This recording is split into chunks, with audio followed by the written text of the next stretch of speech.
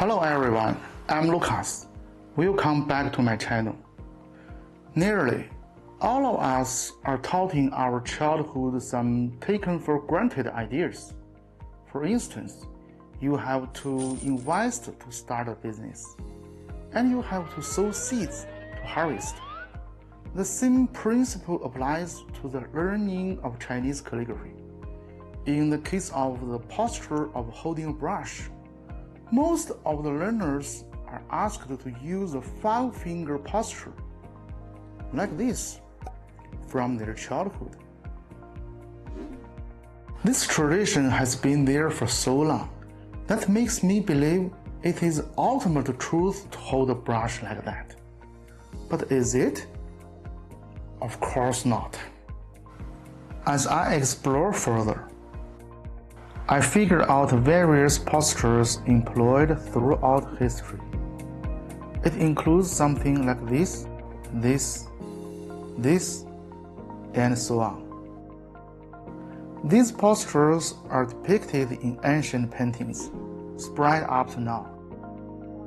Many calligraphy artists from Japan still adopt such postures, which they imported from the Chinese Tang Dynasty and preserved today. So, here are problems. Which posture is correct? And can we use multiple postures? To answer these questions, we ought to clarify the impact postures have on writing performance. Or put another way, the intent of holding a brush. I believe there are 3 major ones. Number 1, a proper posture helps form a favorable cooperative relationship among fingers, wrist, arm, and brush. In Chinese character, small-sized characters count on the fingers' control of the brush. Medium-sized characters involve the movements of the wrist, while large-sized characters require the focus from the arm and even the shoulder. In other words, a proper posture enhances the control that the fingers, wrist, and arm put on the brush. It makes the brush function effectively while allowing the writer to stay comfortable. Number 2, it keeps the vertical position of the brush. In my last video, I mentioned the concept of blaze flash from all sides. It is the empirical knowledge accumulated by the ancient Chinese. They found out that when the initial angle between the brush and the paper is perpendicular, the pen brush can easily flip and turn in any direction. Number 3, the writer could create high-quality lines using the vertical angle. Here, I have to introduce a critical concept in the brush controlling method of Chinese calligraphy, the mid-tip method. It means that the brush tip moves along the central axis of each stroke. This way of writing could smoothen the sides of the lines to create a visually powerful writing performance. Such performance is relentlessly pursued by beginners and veterans of Chinese calligraphy. I will elaborate on the mid-tip method in a separate episode later. For now, we just need to know it is very important to grasp this method. Based on the 3 major functions of brush holding, we can go back to analyze the different postures recorded in historical sources.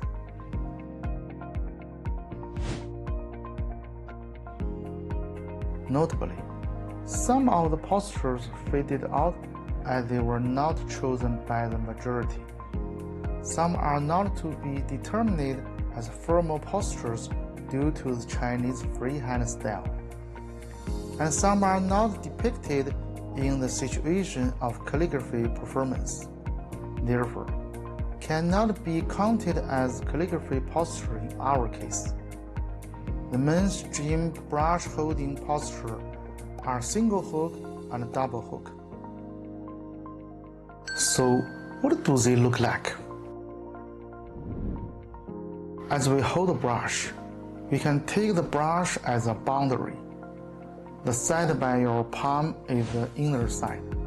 The opposite is the outer side. When there is only one finger on the outer side, which is the forefinger, we name this posture single hook for the hook like forefinger. Because we use the thumb, the forefinger, and the middle finger to control the brush, it is also known as the three-finger posture. This way of holding is quite similar to the way we hold a hard-tipped pen or a pencil. If we join the forefinger with the middle finger on the outer side and keep the ring finger and the little finger inside, we get a double hook. The little finger here also takes control over the brush, for it supports the ring finger. This is the five-finger posture I mentioned earlier. The Chinese scholars turned to recognize the evolution periods of single hook and double hook in the Sui and Tang dynasties as a separator. Before the Sui and Tang dynasties, single hook was prominently used. During the Sui and Tang dynasties, double hook took over. Our ancestors initially sit on the ground, quite like how people in Japan sit today. Back then, all they had are low and flat tables. The writers couldn't make use of the table comfortably. So, they have to hold the bamboo and the wooden strips together with the paper with their left hand, and hang their right hand in the air to hold the brush. Under this body posture, single hook was suited to achieve the brush's vertical position. Around the Sui and Tang dynasties, high tables and chairs from the Western world were brought into the lives of our ancestors. The kneeling posture was replaced by a modern way of sitting. Writing, of course, has been practiced on table surfaces since then. The single hook no longer keeps the brush vertically to the paper on the table. So here comes the double hook to tackle this problem. From now on, the single hook was gradually replaced by the double hook. Is the evolution of these two postures simply like this? I don't think so. First, if the writer at the beginning held papers or bamboo and wooden strips to write, how did they do that with premium materials like the silk book? I believe such soft materials can only be placed on a table as we write on them. Second, let me use the works of Wang Xizhi from the Eastern Jin dynasty to explain. People who study his works well know how dramatic and expressive his writing style is. This visual aesthetic comes from the delicate movement he made with the brush. For example, fast motions and sudden stops, lifting and pressing, shifting between fast and slow motions, and so on.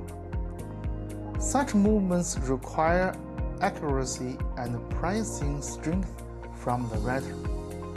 It's hard to imagine how this kind of delicate work can be done with your left hand holding the paper, while your right hand is holding a brush in the air. We are now confident to conclude that even for us ancestors from the kneeling posture ages, there were ways to write on tables.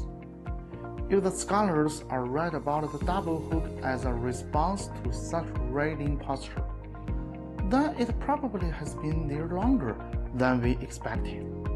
Indeed, the ancient Chinese texts indicated the double hook's existence in Wang Xizhi's times. I believe. Historically, single hook and double hook coexist. It is only a matter of popularity for each method to shift from time to time. Apparently, double hook prevailed since the Tang Dynasty, and regardless of the paper's angle, horizontal, tilted, or vertical, both holding postures are adaptable.